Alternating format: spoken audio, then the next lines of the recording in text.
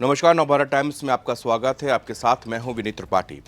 Aircraft investigation accident bureau यानी कि एएआईबी ने 12 जून को अहमदाबाद में हुए एयर इंडिया विमान हादसे की अपनी प्रारंभिक रिपोर्ट जारी कर दी है।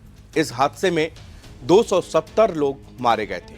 15 पेज की इस रिपोर्ट में लंदन गैटविक जा रहे एयर इंडिया के विमान AI-171 बोइंग 787 ड्रीमलाइनर की दुर्घटना की जांच के शुरुआती निष्कर्षों और स्थिति का विवरण देती है।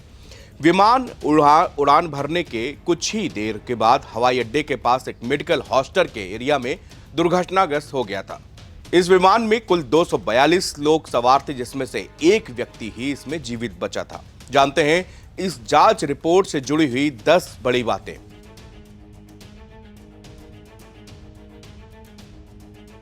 दोनों इंजनों को फ्यूल की सप्लाई हवा में ही बंद हो गई, यानी कि उड़ान भरने के मात्र 3 सेकंड के बाद ही दोनों इंजनों के फ्यूल कंट्रोल स्विच 1 सेकंड के अंतराल में रन से कट ऑफ में चेंज हो गए। इस वजह से अचानक थ्रस्ट में कमी आई, थ्रस्ट यानी कि पावर में कमी आई और विमान क्रैश हुआ। कॉकपिट में पायलट को कंफ्यूजन।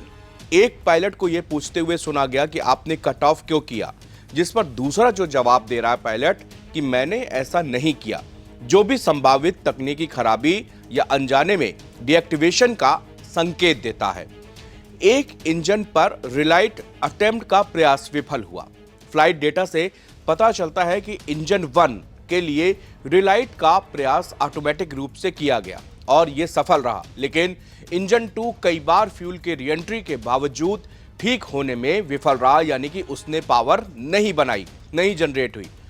RAT को तुरंत तैनात किया गया। रैम एयर टरबाइन यानी कि RAT, जो कि एक इमरजेंसी एनर्जी सोर्स है, उसको उड़ान भरने के तुरंत बाद तैनात कर दिया गया, जिससे ये संकेत मिलता है कि आवश्यक सिस्टम में पूरी तरह से पावर लॉस हो गया था। दुर्घटना से कुछ सेकंड पहले की मेडे कॉल यानी कि 8:09 UTC पर विमान के एयरपोर्ट की परिधि के बाहर एयरपोर्ट से टकराने कुछ सेकंड पहले ही एक मेडे कॉल किया गया था। मेडे कॉल आप जानते हैं, जो कि इमरजेंसी यानी कि लास्ट कॉल होती है, जो कि एक पायलट इन्फॉर्म करता है मेडे के 3 बार मेडे मेडे मेडे बोल के कि ये यहाँ पर फ्लाइट के अंदर एक इमरजेंसी और क्रिटिकल सिचुएशन है। क्रैश के वक्त इंजन दोनों बंद थे। इसकी रिपोर्ट में बताया गया कि विश्लेषण से यह भी पता चला है कि विमान ने 8 डिग्री का अगला भाग ऊपर की ओर झुका हुआ था और उसके पंख भी समतल थे, यानी कि फ्लैप नहीं थे, लेकिन दोनों इंजन निष्क्रिय थे। इसमें विमान ऊपर जाने में असमर्थ रहा और ये फिर जाके सीधा मेडिकल कॉलेज के एक परिसर में जाके क्रैश हो गया। टेक ऑफ मोड में कॉकपिट कंट्रोल नॉर्मल, यानी कि फ्लैप और landing gear lever standard take off स्थिति में थे। थ्रस्ट लीवर दुर्घटना के बाद निष्क्रिय अवस्था में पाए गए। हालांकि जब इसने फ्लाइट ने उड़ान भरी तब टेक ऑफ थ्रस्ट पर थे, यानी कि पूरी पावर विमान को मिल रही थी। इनसे इन फ्लाइट कट ऑफ की पुष्टि होती है। 1000 फीट से अधिक हिस्से में जो विमान का मलबा बिखरा हुआ था। विमान में कई इमारतों और संरचनाओं को टक्कर मारी, साथ ही इंजन, विंग और लैंडिंग गियर जैसे हिस्से बीजे मेडिकल कॉलेज हॉस्टल के पास पड़े दुर्घटना क्षेत्र में बिखर गए। विमान में मामूली MEL समस्याओं के साथ उड़ान योग्य था, यानी कि अगर छोटी मोटी कोई कमी जैसे एयर कंडीशनर या टेलीविजन ग्लिच या कुछ ऐसी कमियों को अगर हम ना उस नोटिस करें तो विमान टेक्निकली रूप से पूरी तरह से उड़ान के भरने योग्य था। विमान के पास वैध उड़ान योग्यता प्रमाण पत्र और कुछ C और D MEL लेवल के सर्टिफिकेट, जो कि गैर महत्वपूर्ण रखरखाव संबंधी समस्याएं हैं, इसको लेकर जो सर्टिफिकेट जारी वो उस विमान के पास थे, जिनमें से कोई भी फ्यूल कंट्रोल से संबंधित नहीं था। फ्यूल कंट्रोल स्विच में पहले से कोई समस्या नहीं थी। इसमें रिपोर्ट में सामने आया कि बोइंग ने फ्यूल कंट्रोल स्विच लॉक संबंधी चिंताओं पर एक सलाह अनुवार नहीं जारी की, मतलब कि एयर इंडिया ने वैकल्पिक निरीक्षण नहीं किया था। विमान में थ्रॉटल मॉड्यूल प्रतिस्थापन यानी कि 2019 और 2023 में पहले भी इसका उपयोग किया जा चुका है। पायलटों ने इंजन को फिर से चालू करने का प्रयास किया। N1 या इंजन 1 कुछ हद तक चालू हुआ, लेकिन इंजन 2 क्रैश होने के पहले स्टार्ट नहीं हो पाया। विमान केवल 32 सेकंड के लिए हवा में रहा। फ्यूल टेस्टिंग में पाया गया कि ईंधन में किसी प्रकार की कोई दिक्कत नहीं थी।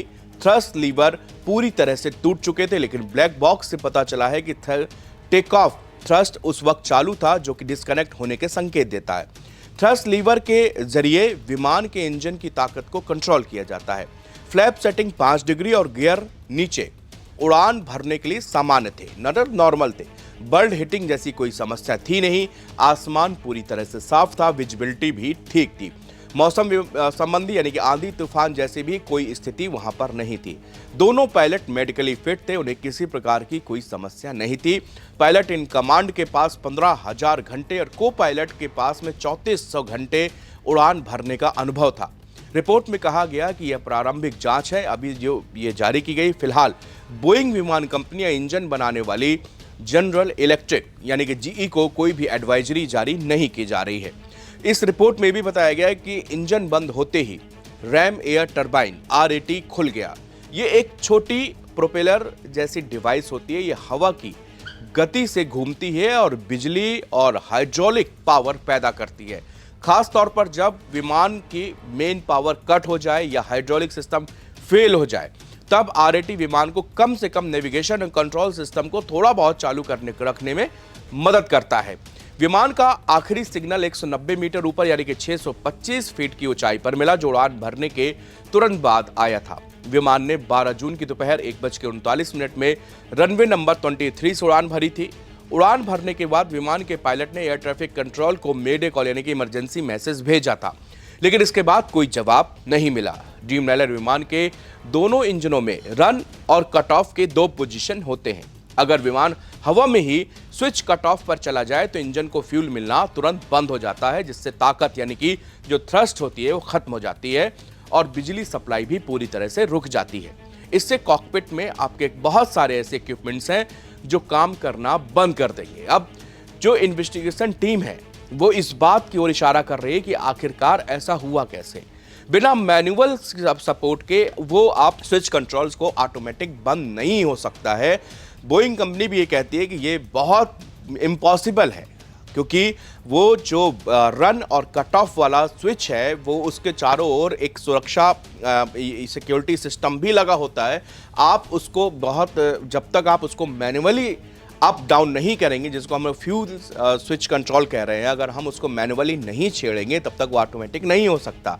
तो अब ये इन्वेस्टिगेशन टीमें इस बात के ऊपर तहकीकात कर रही है कि आखिरकार अगर पायलट ने नहीं उसको छेड़ा, जब विमान खड़ा था तब वो फ्यूल उसको मिल रहा था, तो आखिरकार 1 मिनट के अंदर ऐसा क्या हुआ कि जिससे वो फ्यूल स्विच कंट्रोल ऑफ हुआ और दोनों इंजन विमान के काम करना बंद कर दिए और इस तरह ये पूरा बोइंग विमान जाके दुर्घटनाग्रस्त यानी कि क्रैश हो गया। शुक्रिया।